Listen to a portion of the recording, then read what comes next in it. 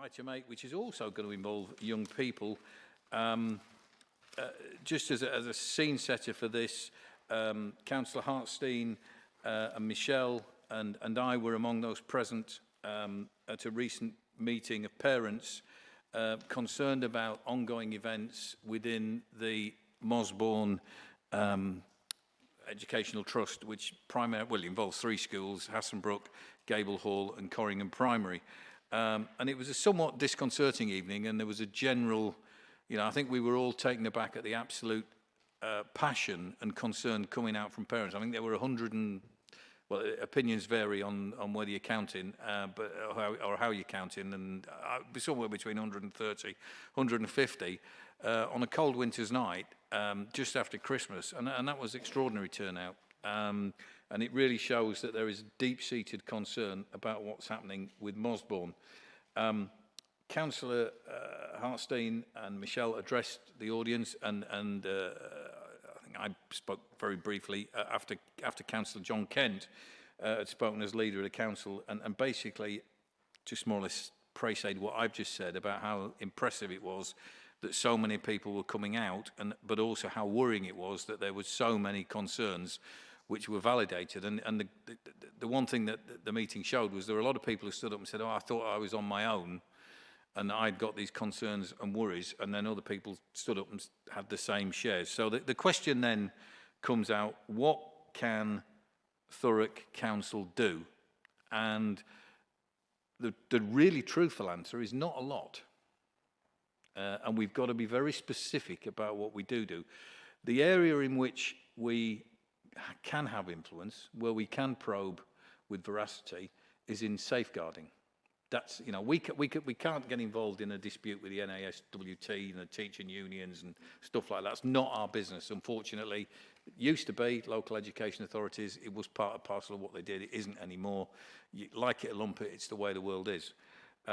So we've got some specific things that we can do, and Matt and myself and people have sat down and come up with what we can actually achieve through a task and finish group. Councillor Kent very proffered the support of officers and council behind that task and finish group, and I'm sure that will be upheld. So really what I'd like to do is ask Matt if he can present this item and talk about what we can and can't do and how we can possibly achieve it. And then I think we can probably have a little wider debate on it, having been informed. Thank you, Chair. I don't plan to say too much. I think all I was going to say is obviously the decision to establish a task and finish group on this issue rests with the committee tonight. And obviously the scoping document attached to the agenda represents activities that align with the rules and procedures of what a task and finish group could do. As the Chair alluded to, myself, Michelle, Claire and the Chair met a couple of weeks ago to talk about the potential options for this, and we did discuss some parameters and as the Chair says, some specifics about what we can actually involve ourselves in as an overview scrutiny task and finish group. And I thought it'd just be useful to list those for the committee for consideration or as part of their consideration for tonight. Firstly, schools have their own complaints process, so a task and finish group could not replace that formal complaints process. The Mossbourne Academy would not be obliged to engage with us as a task and finish group. The task and finish group would not be able to check the factuality of any submissions by parents. In the interest of balance, I think we agreed to accept both positive and negative examples in relation to the schools. And obviously, because the way the schools work and operate with the council, it would be for the portfolio holder to progress any recommendations that the task and finish group made through you, the parent committee. And then just to go into a little bit of detail about the document, the proposal is obviously to undertake a well-managed consultation. So officers would draft a consultation for this, not this committee, rather the task and finish group to agree, could then be rolled out to parents to provide the task and finish group with some information, and that information would then be used in a witness session with parents and the Mossbourne Academy invited as witnesses, so that the group could understand better if there are any issues what those issues might be and to form recommendations to the portfolio holder based on that evidence gathered. And that's all I'll say on the matter, I think, Chair. Okay, well, I will just go on to, and then I'll invite comment, because obviously I've been, as a ward councillor over there, I've got a lot of families whose children, particularly Hassenbrook, which is very close to my ward, but also I spend a lot of time out and about in that local community, and people don't recognise ward boundaries when they bring issues to you. I don't know how many people here have been following the Mossbourne saga. It's been drawn out now over, probably in terms of Mossbourne, probably, well, just over a year. The background to the problem is we've got two failing schools at secondary level that have really dipped over recent years, and I said this publicly when I spoke to parents. You know, we always like to play the blame game sometime, but I think this time we can play the blame game with some degree of absolution, because unfortunately the O2 Federation, which managed these schools for a number of years under a rather authoritarian head. Yeah, Barry knows Dr. Asong quite well, who then became the CEO of the trust, and I think basically just ran everything single-mindedly and whatever. And I'm a personal friend of some of the governors, a couple of the governors, and I've said it to their face. I think they abdicated their responsibility. They didn't do what they were charged to do as governors. They didn't question. They didn't scrutinise, and I think, quite frankly, they were scared to death of her. You know, and I can say that because the outcome was that, you know, Gable Hall, which was, you know, when I came to Thurrock 21 years ago, Gable Hall was in the top 10 schools in the country. You know, that's how highly rated it was. And it's now at the bottom of the Ofsted scale. But more importantly than that is we have some incredibly unhappy families. We also have some happy families. You know, again, talk glass half full, glass half empty. But I think there is a genuine concern the way the management of these schools and the state of well-being of children within those schools was allowed to deteriorate. So it hit a low point. There were still occasional successes, but there was more bad news than good, far more bad news than good. And so it came to a head. The DFE stepped in and basically looked at O2 and said, "No, sorry, your time's up. You've had your opportunity to sort it out and you haven't done it." And credit due where it's due, the DFE Eastern Region made that decision and set about trying to find a trust. And I'm just filling in a bit of history if anybody doesn't know it. Initially, the Harris organisation, which has got schools in the borough, as you know, stepped up to the plate and went in and was a reasonably well accepted choice. They came in, they worked within the school for a period of time. They started to introduce their methodology as a trial. They also picked up the accounts and they ran away scared. And from what I've seen lately, you can perhaps understand why. I'm not being judgmental on that. You know, they were in, they had a good look. They were seen to be a panacea for some of the evils, but it was too big a challenge for them. So at that point, the Gateway Learning Community, which runs the schools, Kevin Sadley did good work down there over the years, which was the replacement for Torrells and St Chad's, and has become recognisably, I think, a decent educational. I mean, it's not the top of its game in education, but it does pretty well. And they were prepared to take over, and so much so that Kevin, who just retired, and who indeed was in the Mayor's Chamber receiving an honour for his service for education in the borough, took on the mantle and became the interim CEO at O2, with a view to, I think, guiding Gateway in. But the DFE didn't want that, and they went back to market and went to Mossbourne, which is a East London-based cluster of schools, in Hackney-based really. I think it's four, off the top of my head, 4 secondaries and a couple of primaries. And they have been remarkably successful in academic terms, really successful. They took Hackney Grammar School, which I think was, in contrast to Gebel, was rated as one of the worst schools in the country. They were helped because the government and the London, whoever it is, financed it, built them a brand new school, which is always a good start. But they turned it round. But they turned it round by using what the CEO of the group, they turned out Mossbournians. And they do things in a particular way, and they have a particular love of highly disciplined school organisations. And you could, whether you like it or lump it, the academic outturn has been good, or at least the statistical academic outturn has been good because they get good figures. But some have argued, and there was a lot of pressure in Hackney, they've argued that the statistics are good because they've taken out all the difficult kids.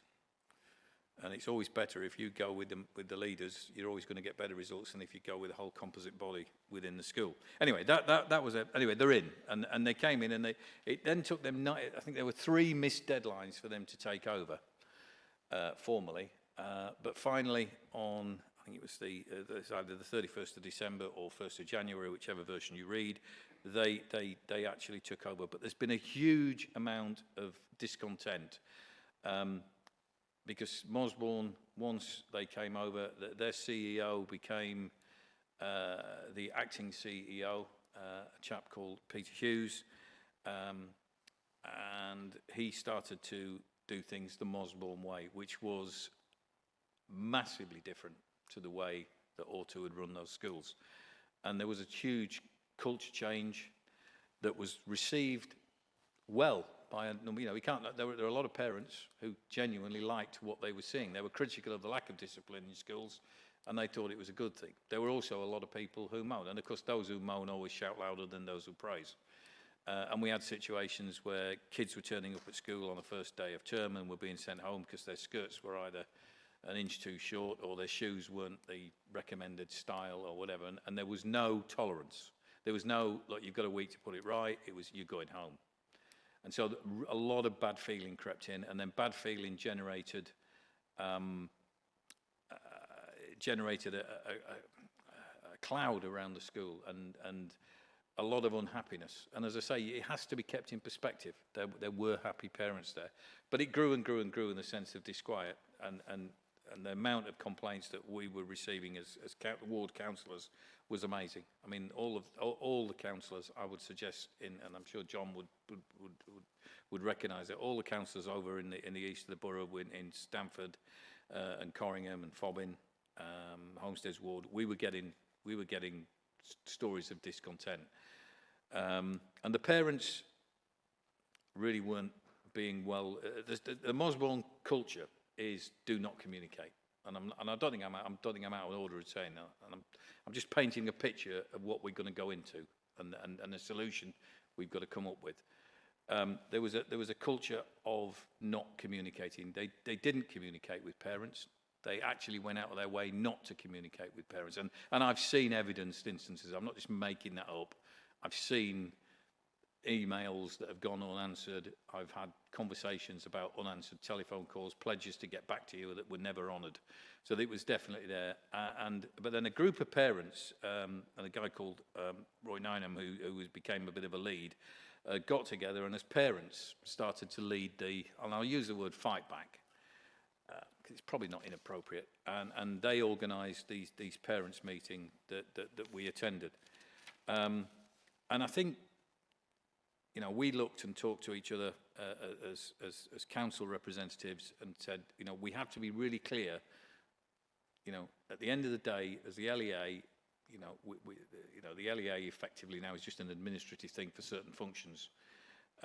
We only actually have 2 schools that are under our control, and indeed, we should have a member from one of those schools here, but it just doesn't work out that way. And so, can we influence things for the better? Can we be a voice for parents?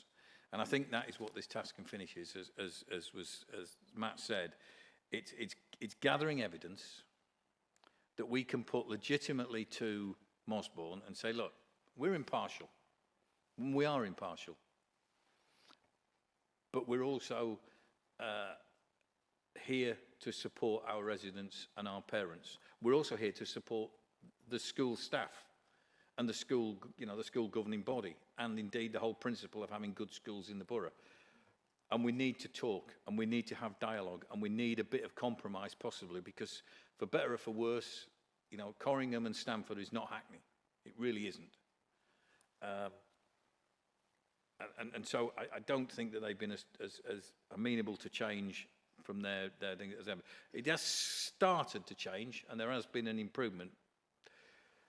There's been industrial action, which has got nothing to do with us, which hasn't helped. But that's just painted the picture of where we're at. So what our thoughts, Councillor Hartstein, Councillor Kent, Michelle, we discussed it, what can we do?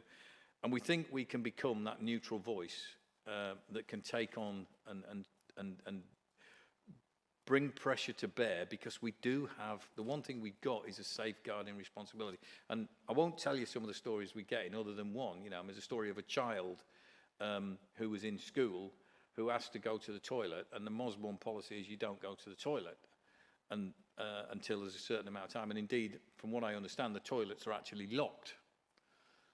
And that child was told, no, you can't go to the toilet. And actually, that child wet themselves in classroom. And the teacher made that child sit in that classroom in that state. Now, that's not an apocryphal story. I've spoken to the parents. That actually happened. I don't think Mossbourne take a degree of pride in it, and they have apologised. Let's get that quite clear. They have apologised. But that child has now left that school and gone somewhere else. That's the impact that it had. That's a safeguarding issue. That's an issue that affects the mental health of children. And so I think we can influence it. We can be that voice for parents. We can be that voice for children. And don't forget, there are, I think it's 5, or I should know this off the top of my head, I think it's 5 or it might be 9. The 2 numbers spring to mind of our own corporate children in those schools. So we do have a voice as corporate parents as well as a safeguarding authority. So that's enough for me. I wanted to paint a picture, so because I'm going to ask some of you to give up some of your precious time to try and make this happen, and that will involve dealing with those parents. It will involve dealing with Mossbourne, and it isn't going to be something that's easy to do. I can't help you as chair. Whether I can help as ward councillor, I don't know. But I'd hope that some of you are prepared to step forward and take on this challenge. It's going to be very short. I mean, we've set a time frame, I think it's 10 weeks, because it's literally get a snapshot in time now, find out what we've got, and then take it to Mossbourne and just try and say, look, this is the world that we're in Thurrock. We're not happy with it. We don't believe that you can be happy with it. Where can we compromise? Where can we improve? And that's all we can do. We can ask those questions, we can put it on the table. We can't force anybody to do anything. So I'll shut up now, and if anybody's got anything to say. Barry. I tried to hold my hand down because I don't think I'd be able to sit on this task and finish group, because we're not supposed to be biased. But I don't know if I'm going to get in trouble for this, but I come at this so biased that I lay this firmly at the hands of the regional schools director. Because when this first happened, and I know all those trusts, I don't know anything about Mossbourne, I really don't. But when this first happened, the SLT in this council, and me included, had a perfect replacement to go in there and do it. We put that forward. They totally ignored us. In fact, I felt as though they actually snubbed it and say, well, we don't give a monkeys what you are. And we run this council. We thought we knew the best people for it. It may have been wrong, I don't know, but they never gave it the chance. I don't think they gave us any opportunity at all to put forward who we wanted.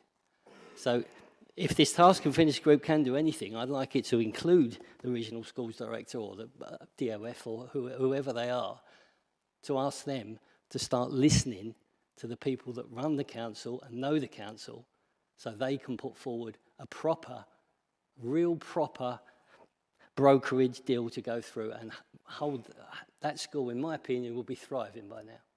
So I'm not sure I'm the one who can sit on this because I am biased.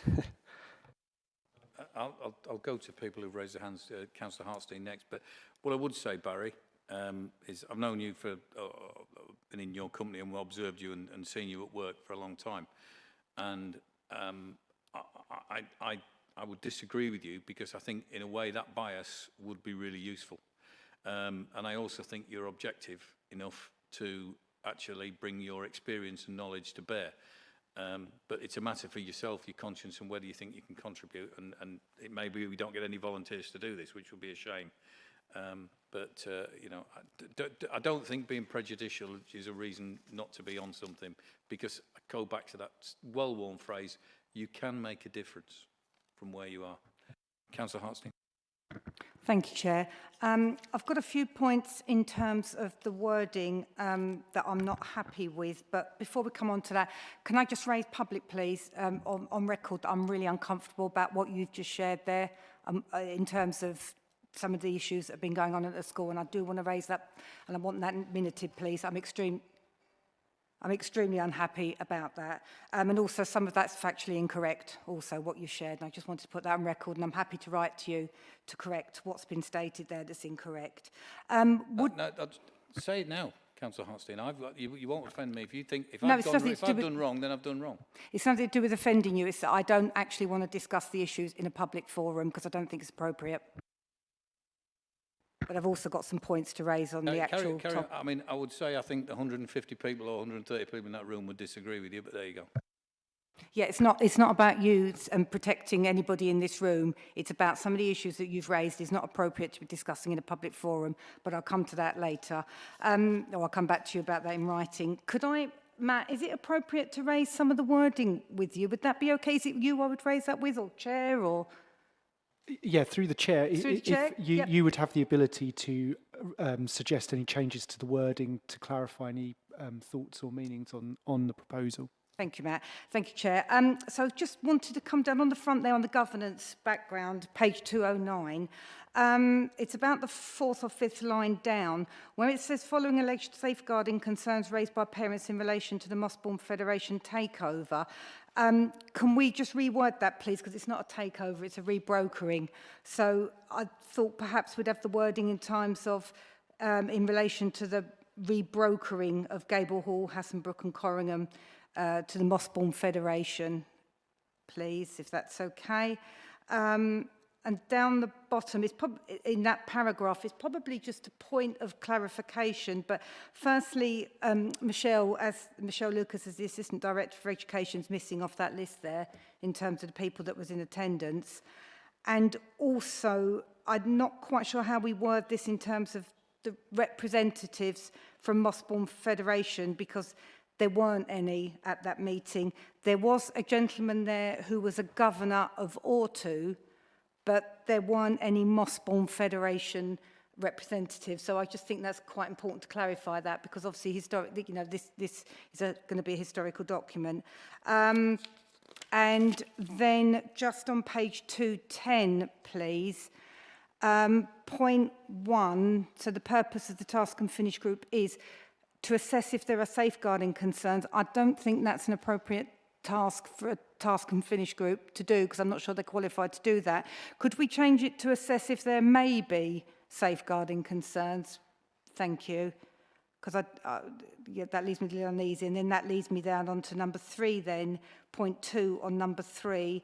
The group may be able to provide an objective and well-evidenced view on whether there may be safeguarding issues at the school, because I think that would be for the local authority to clarify yes or no, as opposed to the Task and Finish group.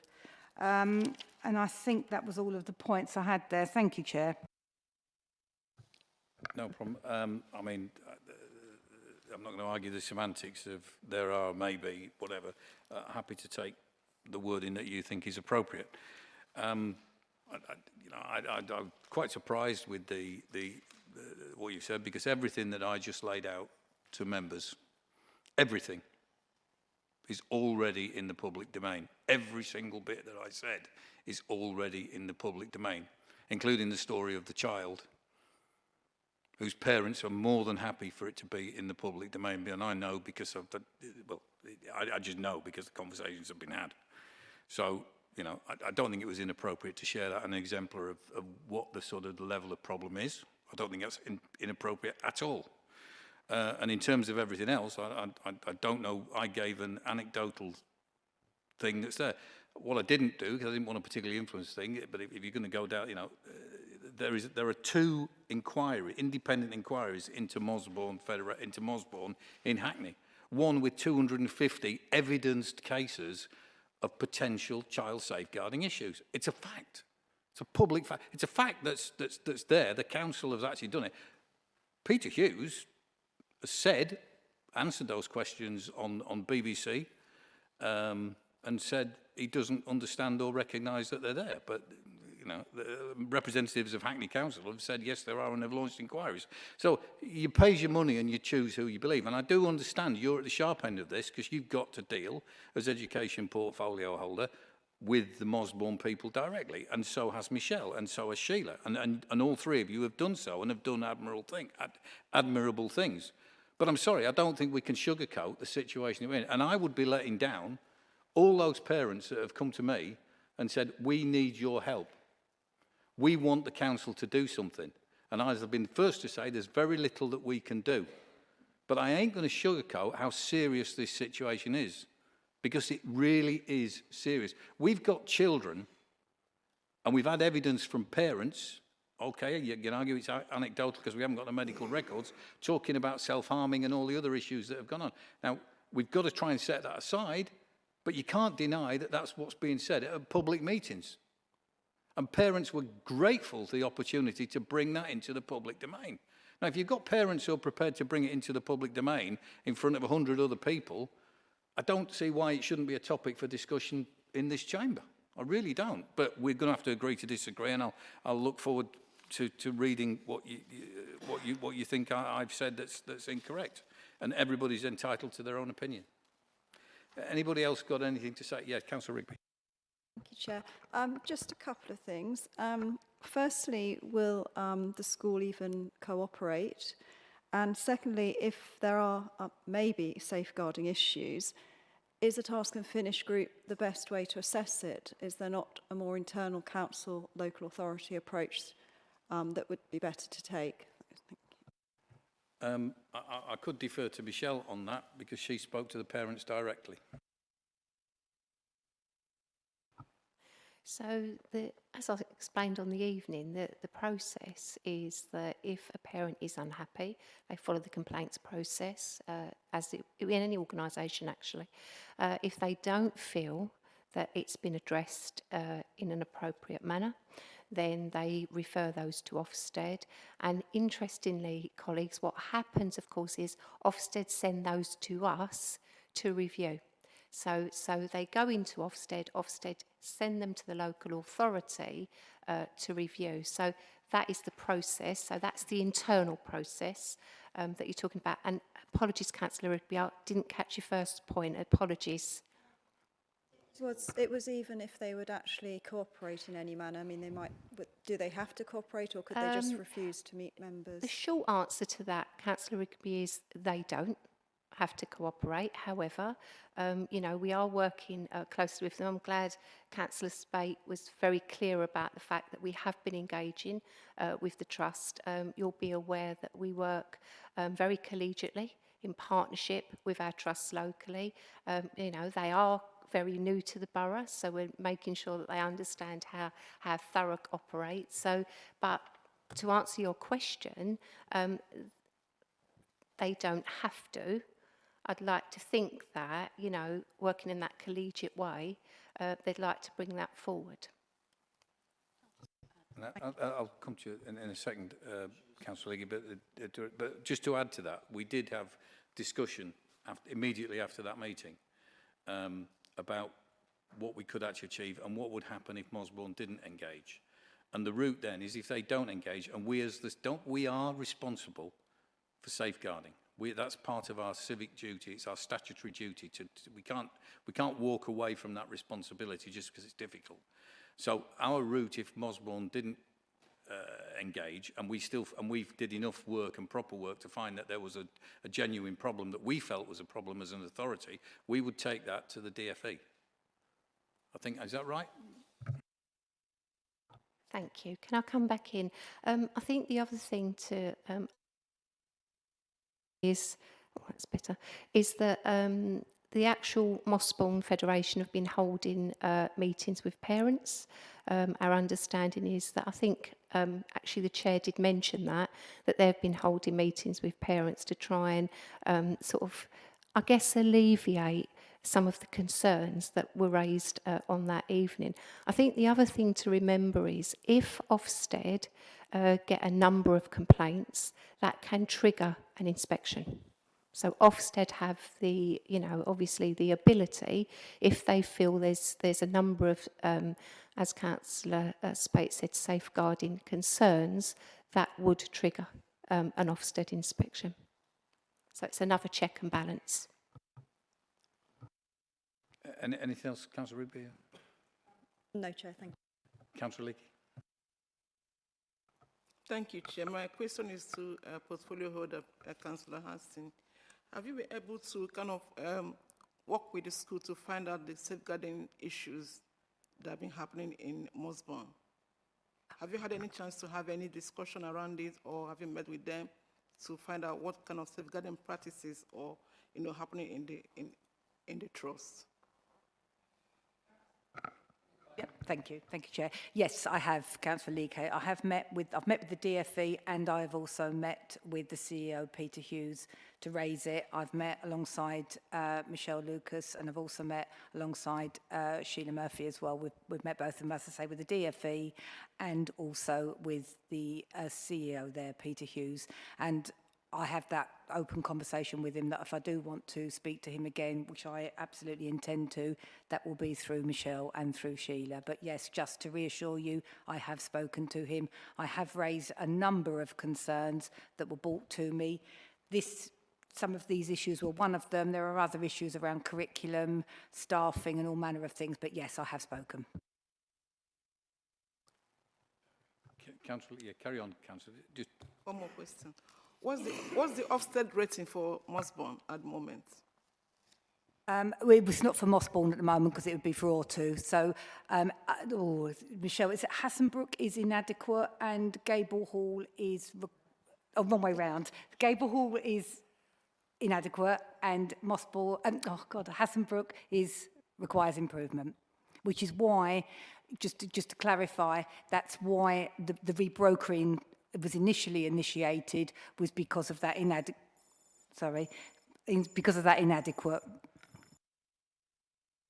One more question, sorry.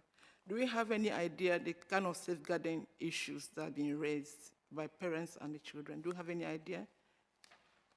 If you can share that information with us, if you don't mind. There were a range of issues raised on that evening on the parents' meeting, but I've only seen one specific safeguarding issue. The others were parents who felt unhappy and worried about the situation, but I've only seen one specific concern. Just to say that has been dealt with. So, Councillor Johnston was next. Have we any idea why it hasn't sprung an actual inspection from Ofsted yet? I mean, if there really was, 150 people there, one would assume that a majority of them have written in complaints. I don't understand why Ofsted haven't come in yet. I mean, and I'm just looking to try and find who, because at the moment I don't think we're the right people to do this. I have to be honest. That's my honest opinion. Ofsted should surely. Am I wrong? Sorry, You're absolutely right, Councillor Johnson. However, as I said, Ofsted send the complaints to us, and we've had 2. That's the number we've had currently, Councillor. So, yeah, that's where we currently are with it. That's not, I think it's fair to say, that's not to take away. I think there was a lot of anxiety in the room from parents. I understand that. I think Councillor Spate outlined some of the challenges. It has taken a significant amount of time for the rebrokerage. So, you know, I absolutely understand that parents, you know, do feel sort of anxious, but currently we've had 2 come in. And not to get your wrath, should I say, I really do believe then that it should be left to the portfolio holder and the senior leadership team to undertake this. I can't, as a councillor who's been in that position as a portfolio holder, I really think you need to be given the time and space to get it right. And I at the moment, I feel that with the type of questioning that we're looking to do here, it probably wouldn't help. That's just my own opinion. Councillor Fish. Yeah, I would agree. I don't think a task and finish group is the best way to approach this, and if there are other ways, I would probably explore those first. As you say, Councillor Hartsteam's probably best placed to. Councillor Fish. Yeah, I tend to agree. Having listened to what you've said and what everybody else has said, it seems to me there are lots of organisations, lots of structures within education that are trying to deal with this already. Ofsted, pretty key, I should think. And presumably, if out of the 2 schools, one is inadequate and the other one requires improvement, they've both got huge action plans that they need to be working through, which surely is going to, part of that is going to be about resolving these issues. So, you know, I don't think a task and finish group would really necessarily help. Councillor Cecil. I was at the meeting on January the 2nd, and there were parents from the 3 schools. And the difficulty is the 3 schools are totally different. You've got a primary school, which has had a fantastic reputation in the area. One has, Hasselbrook has not had such a good record, and as the chair said, Gable Hall was one of the best. So the task of a task and finish group is going to be extraordinarily difficult because each of those schools has its own difficulties and problems and its own parents, and they don't talk to each other. Who do you go and you just make yourself available and ask people to come and talk to us? It will be extraordinarily difficult to set this up. We need a little bit of thought about it, how we're going to approach it. Okay, I'll just touch on a couple of things there, because clearly I do think that it's something that we should do. And the reason I think it's something that we should do is because a substantive number of parents in this borough have turned to Thurrock Council and said, we're struggling to deal with this. Mossbourne aren't talking to us. The Department for Education are not interested, and Barry himself has made reference to the fact that they can be very obdurate and they don't see anybody else's point of view, and it was they made the decision and they're sticking by it. And those parents were feeling isolated. So they turned initially to the ward council, to the ward councillors, and they turned to themselves and formed a parents group that was knocked back initially by Mossbourne. They refused to talk to that committee of parents who'd got together. And that's true, because I was party to the information. I saw copies of the emails that went from the parents who were trying to engage with the school. And the school would not engage with them. And then we had that meeting. And at that meeting, the leader of this council, the education portfolio holder for this council, and the senior education officer of this council offered, and I'm quite astonished, Councillor Hartstein, that you said one thing to a load of parents, and now everybody can change their mind. Of course you can, and experience maybe have brought different things into play. But we offered support, and when I say we, I mean the corporate we, the leader of the council, the most leading counsellor and the senior education officer offered support. And we said, what would you want us to do? And they just said, help us. So we said, we'll form a task and finish group and we'll see what pressure we can bring to bear. And then we said exactly the same things that I said to you. There is a very limited field that we can put pressure on Mossbourne. But I'll tell you what's happened. Because we did that,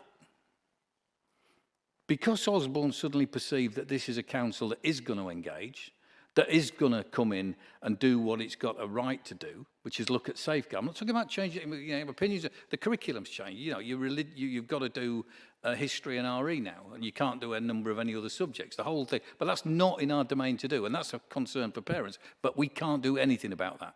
We can't. But they came to us and said, my child is in pain. My child is hurting. My child is crying. That's what they said. And we said, we will help. And the only practical way we can help is to bring pressure to bear on the school. And the only practical way we can bring pressure to bear is by doing something constructive and positive and gathering evidence. Now, with the greatest respect, if we can't, who else is going to gather that evidence if we don't form a working party to try and gather it? All we're going to do is set up some meeting options for parents to come to. They may not come. Fine. We will canvass people, we'll have a survey online or whatever it is we need to do. They may not take part in that survey. We will say to Mossbourne, can we come in and talk to your teachers? Can we come in and talk to your support staff? Can we come in and talk to children in school? Can we see actually the positive evidence that you say you're bringing? They may say yes, they may say no, but we're entitled to ask. Now, as councillors, council gets the blame for everything, don't it? It's always the bloody council's fault. The council this, the council that, and we are somewhat informed, know that sometimes it isn't our fault. But we get the blame for it. Now on this one, people are going to turn to the council. They do. They're looking at Thurrock Council because that's the way it used to be. They don't understand the minutiae of detail that we've now got academisation. They turn to their council, the council that they pay their council tax to, and the councillors that they elect to represent them. That's what they do. And they came to us and they said, help. Now, we can decide to try and help, and I'm not suggesting for 1 minute that this is easy. In fact, I started off by saying this is going to be incredibly difficult. But are we really prepared to ignore that cry for help? Because if we are, and if that's the majority of feeling in this room, and if people aren't prepared to have a go, then that's all we can do. I forget who was next up to speak. Thank you, Chair.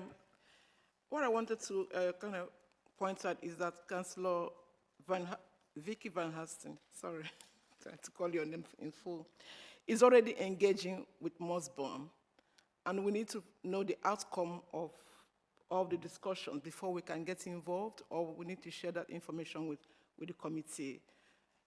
I'm not sure what Task and Finish group will do at this point, since Vicky, Councillor Hassan, is already working with the school. I think it will be a question of roles for us to get involved, and it might be too much, handling such such tasks. So I believe, since Sheila, you're involved as well. Are you involved, Sheila? If Sheila is involved, Children's Services is involved, and Vicky and Councillor Hassan is involved, I think we should kind of leave them to do the job and then let us know what the outcome is, and we can take it from there. That's my opinion. I don't want to cancel. Your answer to that, Councillor, is you look at Section 3. How will the success of a task be measured? What we do, because we will undertake a relevant and well-managed consultation that collects usable data. Who else is going to do that if we don't? Because the parents don't have the resource to do that. The group being able to provide an objective and well-evidenced view on whether there are safeguarding issues. It could easily be that the Task and Finish group concludes this is a minority of people protesting and there are no significant safeguarding issues at that school. What's wrong with establishing that? And a set of clear, measurable and achievable recommendations to take to Cabinet Member for Children's Services and Education and for senior officers to use in their future work with the schools. So we will be on a learning curve, as well as maybe doing some good. That's what we can do. And these have been carefully thought out and worded by officers who've looked at what options are available to us, what legally we can do. Not what we'd like to do in a dream scenario. It is what we can do, what we can deliver within the parameters of this council. And it's collect evidence. And if we're not the guardians and the watchdogs of looking after our residents and our children by collecting evidence, then I don't know what our purpose is. But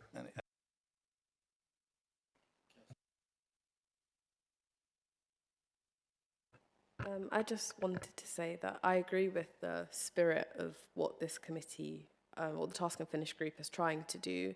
However, as has kind of been mentioned, I'm just not sure if this is the correct vehicle to get that desired outcome.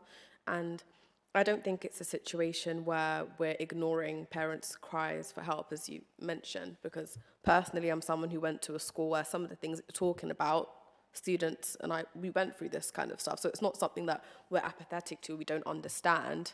I really do understand kind of some of the concerns that have been raised. However, I don't think that a Task and Finish group setting one up and holding these sessions, how do we make sure that it's not essentially just a talking shop where people come? Of course, people want to have a listening ear, someone to talk to express their concerns. But if we're limited, considering this is an academy in terms of what we can actually pressure them to do or to change, then I'm just not sure it would be as effective as maybe we'd hope. So I don't think the question is whether we care or not. I think we all care. I just don't think that the Task and Finish group might be the best place to do it. But again, that's my opinion. Councillor Heath. Thank you, Chair. Yeah, I agree with what's been said. My concern would be that the hard work that Councillor Hartstein and Michelle and Sheila are putting in will just be broken because, you know, if we're sort of going in separate to them and, you know, riling everybody up again, I think what you find with a lot of the time with parents and with education is that there will be big issues, as you said, the beginning of January, but things move on so quickly. And if Mossbourne are meeting with the parents, we'll probably find that most of the parents are quite happy now. And, you know, things aren't as bad as they were. Well, anybody else want to speak?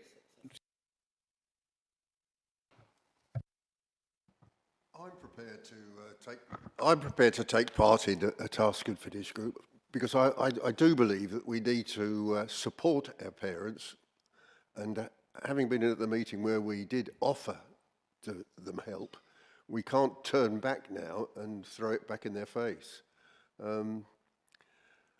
So if it's collecting evidence, as I said before, are we going to be doing it with the 3 schools? Or do we just go to the 2 senior, the secondary schools rather than the primary? But that's something that can be discussed in the scope of things. But yes, I think we've got to make ourselves available, and I think we've got to offer ourselves as a support for the parents. Councillor Johnson. Thank you, Chair. I think it's a little bit unfair to say we're not ready to stand up, because I think most people have said something about this, so that's unfair. But you know, that things are said in the heat at the moment. I'm not going to fall out on that. I see no problem with the Task and Finish group, but I think there needs to be a step in front of it. You know, we can't collect the evidence. The evidence must come from the parents and the children, and that evidence must go to Ofsted, and then it comes to us. Then we can sit down and we can do this. My advice on the night would have been to parents, yes, we'll help, but you need to help us. You need to put those complaints into Ofsted. We can then deal with them. But I can't see a Task and Finish group sitting there looking at 2 specific letters. It just doesn't warrant it, in my opinion. It's a good Task and Finish group. The wording's good. I have no problem with that. But I think there needs to be a step before it where we have the evidence that, that the parents have provided through Ofsted, come back to us, then bring this back again by all means. I think that's the best offer of help we can give to the parents at the moment. Yeah, all views welcomed, and I've said enough, so I won't say any more. I think what we do is, I would propose that. Oh, sorry, Thank you, Chair. Just in terms of before we moved forward, I just wanted to share just a little bit more of a sort of an update in terms of what the Chair had said, just to reassure you in terms of what the outcomes were from the meeting. I don't remember agreeing to a task and finish group myself personally, but what I did agree to is that the parents wanted to continue holding monthly meetings, and I agreed to attend those every month. Without fail. I also agreed, obviously, to continue to work with the DFE, with the CEO of the Mossbourne Federation and with the senior officers here. I gave my email address to any parent that asked for it at that meeting. I had my cards with me. I gave them one of my cards. I also directed them how to find me obviously on the Thurrock website. I invited them that if they had followed the school's complaints procedure and they were still unhappy, they were to come to me and I would pick it up as cabinet member. I obviously also reminded them to follow the school's complaints policy and then also to contact Ofsted. From that, I have had one parent contact me direct, and again, I've picked that up and I've worked with senior officers around that specific issue. But just, you know, just to sort of reassure you, I have laid all of those things out, and I have promised to continue my support with the parents and working with the school, with the DFE and with senior officers, just to reassure you all. Thank you, Chair. no problem. Anybody got any? Thank you, Chair. What I would perhaps think would be a good idea would be for Councillor Hartstein and the officers to report back to us at the next meeting with an update, and you know, we can make any decisions on any further action or processes at that point, and continue to monitor as well, if that's an option. That may well be. I mean, we said we would do what we said we would do. We didn't put a time curve on it, so if the thing does not improve, then we can revisit it if that's what people think is prudent. So, I mean, I'll make a suggestion that then, bearing in mind the mood of the room and the constructive comments that have come from everybody, whatever the positioning is where you think, that we take this matter, we don't have another meeting now until March. So that's what's well, however many weeks it is. March, February's only 28 days, so it's best part of 5 weeks. And that we ask Councillor Hartstein if she would return to that meeting and give us an updated report in conjunction with Michelle Lucas on the state of play within Mossbourne. And I'm happy to put that forward, and if people want to see that as a course of action, please say yes and we'll move on. Thank you very much indeed. Okay.